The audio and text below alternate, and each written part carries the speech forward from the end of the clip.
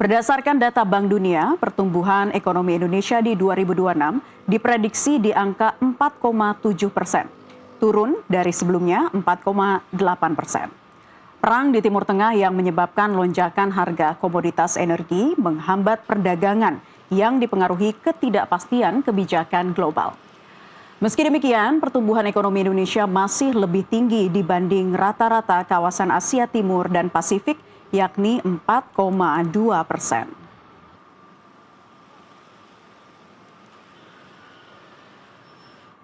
Oke, Pak Nurdin, kita kan menargetkan pertumbuhan ekonomi sebesar 5,8% ya Pak ya. Yep. Menurut Anda dalam situasi kondisi yang sedang gencatan senjata saat ini, sektor mana sih yang paling bisa beradaptasi atau bahkan lebih cepat berlari? Saya kira kita harus perkuat di sektor unggulan kita dulu yang sudah ada. Jadi itu harus kita jaga ekosistem kita. Pertama itu harus sektor pangan itu harus menjadi prioritas pertama. Ya. Karena apapun yang terjadi di eksternal, kalau sektor pangan kita sudah tersedia, jadi ini menjadi salah satu kekuatan kita dan masyarakat kita masih makan. Itu sebagai entrepreneur saya, itu pasti yang paling fundamental harus terselesaikan dulu. Yang kedua adalah sumber-sumber yang memberikan masukan kepada APBN kita. Harus kita jaga itu. Misalnya ekspor, misalnya kita ekspor dari mana hasilnya, CPO misalnya ya. Kemudian hasil-hasil tambang dan lain sebagainya yang menjadi inti daripada pemasukan negara melalui APBN. Apakah itu pendapatan negara dari pajak, pendapatan negara bukan pajak, atau royalti dan lain-lain sebagainya. Apabila itu kita terjaga, kita bisa memperkuat ekonomi lokal kita dengan berbasis sumber daya lokal kita. Nah, dalam hal ini kita juga harus melihat daripada bagaimana kemampuan sumber daya internal kita di dalam membangun ekosistem pangan yang saya katakan tadi. Kenapa saya bicara selalu dengan pangan? Kita dengan 280 juta penduduk, dengan negara kita ini negara agraria, sudah tersedia sumber dayanya semua di lokal. Tinggal kita mengelola dengan teknologi yang bagus, kita mengelola dengan investasi yang dari lokal, dan investasinya nggak banyak-banyak banget kok. Misalnya seperti apa yang dilakukan sekarang dengan Koperasi Merah Putih. Apabila itu di-manage dengan benar, supply chain manajemennya dengan bagus, dan juga menghidupkan daripada badan usaha milik desa misalnya, Koperasi Merah Putihnya dan juga UMKM-nya.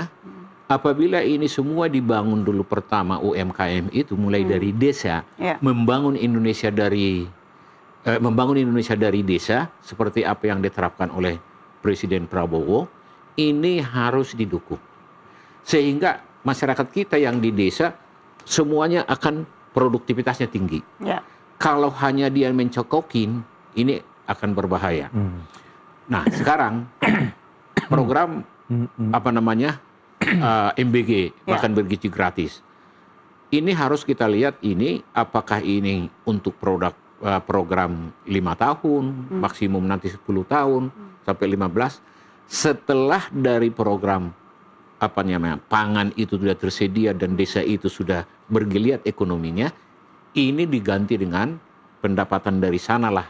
Tidak perlu lagi membuat daripada makan bergizi gratis. Dan itulah program pemerintah sebenarnya. Jadi kita harus mensukseskan itu dulu, baru kita sama-sama menikmati hasilnya nanti, bahwa rakyat kita secara internal sudah bisa makan. Jadi apapun yang terjadi di eksternal atau di global, kita sudah tersedia apa yang kita butuhkan. Jadi memang pengaruh daripada seperti yang dikatakan oleh Pak Wija tadi, bahwa bagaimanapun kita secara pemilik sumber daya, bagaimana itu mengelola apa yang dikatakan untuk kepastian hukum itu, dan fokus kepada peningkatan produktivitas, ini adalah sesuatu yang harus dituju. Jadi kalau nggak ada yang mau dituju, ini nanti sama dengan berjalan tanpa arah dan kemana. Jadi tujuannya kita, kalau mau meningkatkan 5,8% tadi kan, saya kira tidak akan ada masalah apabila sumber daya lokal ini difungsikan dengan benar. Apabila kepastian hukum, jangan ada yang macam-macam, ada yang korupsi dan lain sebagainya. Dan itu adalah betul-betul investasi itu masuk kepada intinya, masuk kepada tujuannya, supaya produktivitas dari masyarakat kita 5,8% ini menurut saya dengan kekayaan alam Indonesia yang begitu besar ini, sumber daya alamnya, energinya, tambangnya, ikannya, pertaniannya, terlalu kecil kalau menurut saya. Jadi benar Pak Prabowo menyatakan itu harus di atas 8%. Tapi harus diperbaiki semua tadi. Law enforcement diperbaiki, kepastian hukum berjalan, kemudian iklim yang kondusif investasi.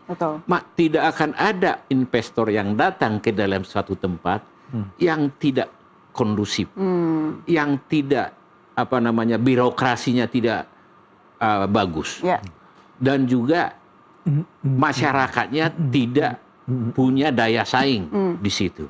Jadi ini yang membangun, ini yang melakukan, yang mengenerate. Jadi kita jangan tergantung kepada industri dari luar. Kita jangan menjadi pasar. Masyarakat kita 280 juta semuanya, kita ciptakan produk untuk pasar kita ini, orang kita ini.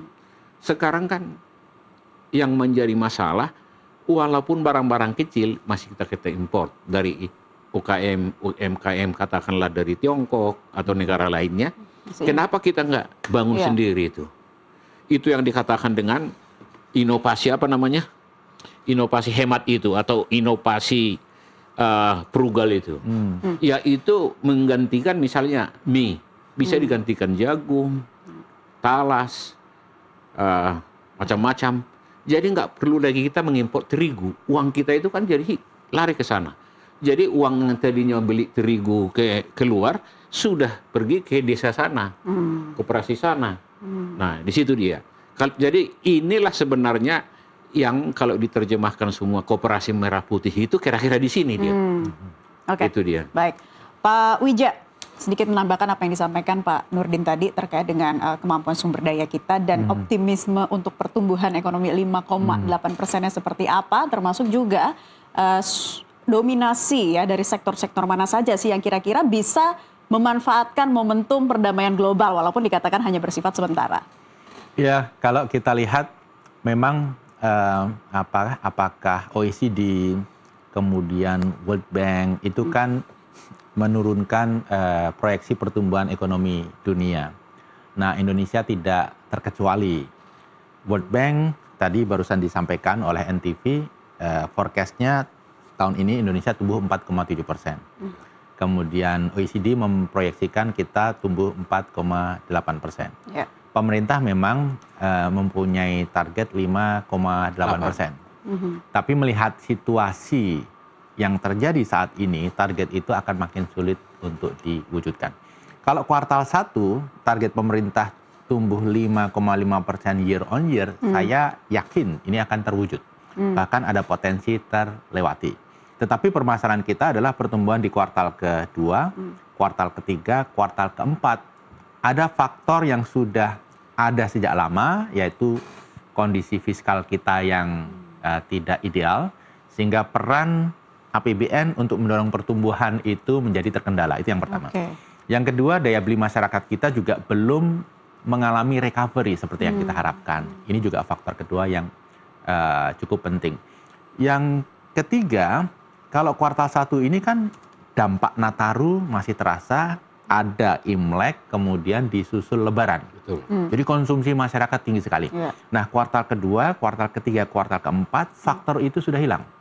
Makanya kita harus bersiap, kuartal 2, 3, 4 akan tumbuh lebih lamban. Saya tidak yakin kita akan seburuk prediksi World Bank 4,7. Tetapi saya juga tidak yakin kita bisa tumbuh di atas 5% karena situasinya memang berat. Belum lagi begini. Harga minyak dunia naik. Pemerintah mempunyai keterbatasan fiskal untuk menjaga harga, sehingga seperti yang disampaikan oleh Pak Menteri Keuangan, BBM subsidi itu dipertahankan harganya, tetapi kan itu nggak banyak dan kemungkinan volumenya dikurangi. Bagaimana dengan mayoritas akan dinaikkan? Dalam konteks solar misalnya akan menjadi 24.000 kalau tanpa subsidi. Kemudian bensin premium akan menjadi 22.000. Nah, angka yang besar ini tentunya akan membuat masyarakat mengerem spending yang lain. Karena akan ada cukup banyak spending yang lari ke situ. Kemudian dampak inflasinya juga tidak kecil, Mbak Naila. Karena bahan bakar termasuk LPG itu mewakili kira-kira sekitar, kalau kita tambahkan multiplier efeknya kira-kira sekitar 12 hingga 16% dari total spending. Jadi sangat dominan. Sehingga ketika inflasinya tinggi, ya masyarakat daya belinya otomatis tergerus sehingga pertumbuhan ekonomi akan lebih lamban. Jadi itu kira-kira analisis saya terkait dengan situasi terkini. Oke, baik. Jadi itu tadi ya berkaitan dengan ketidakpastian global dan juga mempengaruhi daya beli masyarakat. Pak Wijaya ditambahkan lagi, memang situasinya ini karena geopolitik ya Pak ya, itu paling kencang. Tidak setiap tahun dari kuartal per kuartal itu akan mengalami lonjakan. Tapi nanti kita akan bahas untuk lebih jelasnya bagaimana arah ekonomi kita ke depan. Pak Wijaya dan juga Pak Nurdin, kami akan kembali pemirsa usai jeda azan maghrib berikut ini.